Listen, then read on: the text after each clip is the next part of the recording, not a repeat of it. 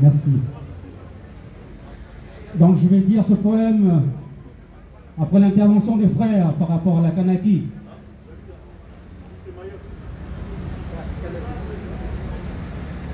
Ce qu'il faut comprendre, la Kanaki Nouvelle-Calédonie, ce n'est pas une île perdue dans l'océan Pacifique. C'est un combat, c'est une trajectoire dans le monde. C'est une trajectoire de lutte anticoloniale et décoloniale qui s'est impliquée, qui a donné des vies, des combattants de la liberté, des combattants qui sont morts. Et dans nous aujourd'hui, les étudiants qui sommes ici, ceux qui travaillent en France, ou bien de par le monde, ceux qui sont inscrits dans ce qu'on appelle les cadres, c'est-à-dire les diplômés de notre pays, qui sont les élites actuelles et de demain. J'aimerais que vous ici, les ultramarins, vous prenez confiance en vous et surtout vous prenez conscience que si demain la Kanaki elle devient indépendante, aussi elle ne devient pas indépendante. La question n'est pas là. Le combat a été mené. Le combat du peuple kanak, ce n'est pas simplement pour le peuple kanak qu'il a été mené. C'est parce qu'il a été inspiré par l'Afrique. Parce qu'il a été inspiré par le Vanuatu. C'est une revendication innée, celui d'être libre. Et c'est cette inspiration-là que nous avons aussi transmise dans notre combat pour qu'elle rayonne à travers les Outre-mer. Parce que vous avez vous aussi vos combattants de la liberté. Et je pense en particulier à Haïti. C'est Haïti qui nous inspire en premier, la première nation noire. Et si Kanaki devient indépendante demain, c'est parce qu'elle a été inspirée par Haïti. Je vais vous dire un poème qui est un poème d'un grand poète martiniquais, Édouard Glissant. Et la pensée qui s'en tienne, je la relie, je la noue à la pensée de Jean-Marie Tjibaou, poète kanak mais aussi penseur. Je lis, je noue la pensée de la politique, de la relation, de la créolité, à la pensée de la présence kanak de Jean-Marie Tjibaou. Le combat kanak, il est pour tout le monde ici, pour les Français, pour les Bretons, pour les Alsaciens, pour les Corses, pour les jeunes aujourd'hui, les jeunes Parisiens qui se posent la question de savoir qu'est-ce que le monde d'après, la fameuse question contemporaine de savoir ceux qui se battent là, les gilets jaunes qu'on a vu tout à l'heure, les problématiques contemporaines, les vraies questions contemporaines, celles du climat. Nous, dans le Pacifique, notre climat à nous, c'est le monde invisible. C'est le monde des esprits, le monde des ancêtres. C'est cette relation à la terre, au foncier, la relation au soleil, aux arbres, aux pierres, à l'eau. C'est l'équilibre de l'homme avec son environnement. C'est ça l'indépendance de la Kanaki Nouvelle-Calédonie. C'est ce qu'on réclame de notre pays. C'est cette vérité qu'on espère aussi qu'elle soit partagée par l'ensemble des Outre-mer. Parce qu'on y croit.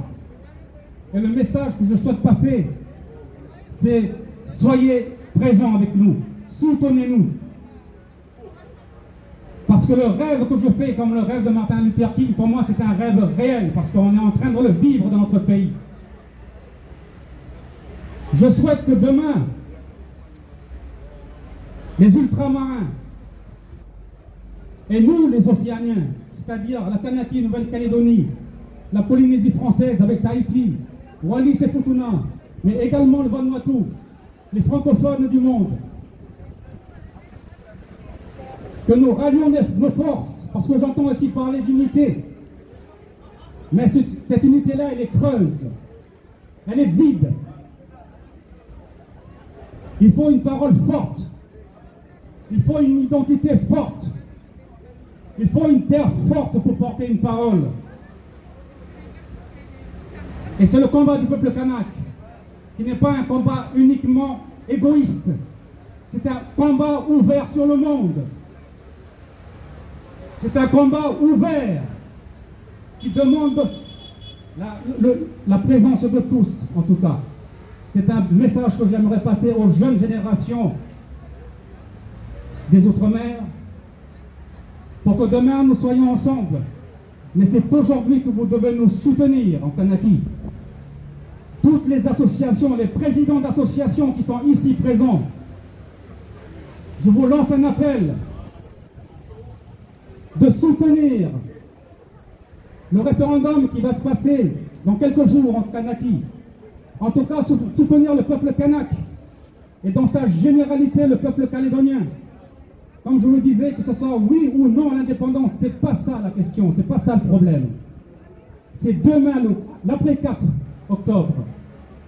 C'est quel espoir on donne aux générations d'outre-mer? C'est ça ma question. Je ne suis pas un politicien, je suis un poète, je suis un visionnaire. J'ai déjà le regard qui porte vers l'avant, bien plus loin que la question qui se pose dans mon pays. Et ce que je vous demande à vous les Outre-mer, à chaque citoyen, même citoyen français ici, c'est de nous soutenir parce que la question de la souveraineté kanak, c'est la question de la souveraineté de l'homme.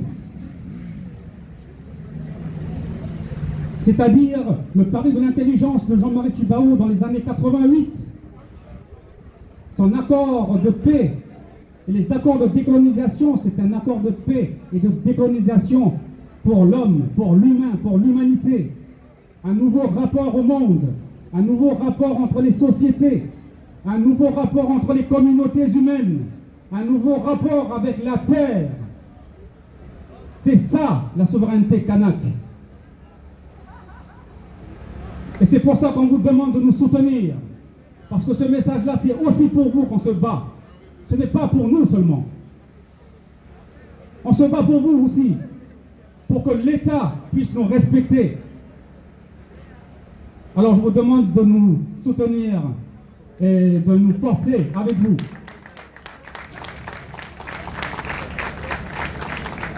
Ô terre, si c'est terre, ô tout en jour où nous sommes venus, ô plongé dans l'éclat d'eau et la parole labourée, vois que tes mots m'ont déhalé de ce long songe où tant d'eau à tant d'ocre s'est mis, et vois que je descends de cette nuit. Si la nuit te dépose au plus haut de la mer, n'offense en toi la mer par échouage des anciens dieux. Seules les fleurs savent comme on gravit l'éternité. Nous t'appelons terre blessée. Oh, combien notre temps sera bref. Chanson d'eau empilée sur l'eau du triste soir. Tu es douce à celui que tu éloignes de ta nuit. Tel un gravier trop lourd, enfoui aux grèves de minuit. J'ai mené ma rame entre les îles. Je t'ai nommé, loin avant que tu m'aies désigné, pour asile et souffle. Je t'ai nommé insaisissable, et tout enfoui, et ton rire a séparé les eaux bleues des eaux inconnues. Vive les Outre-mer, vive les ultramarins. Merci à toutes et à tous.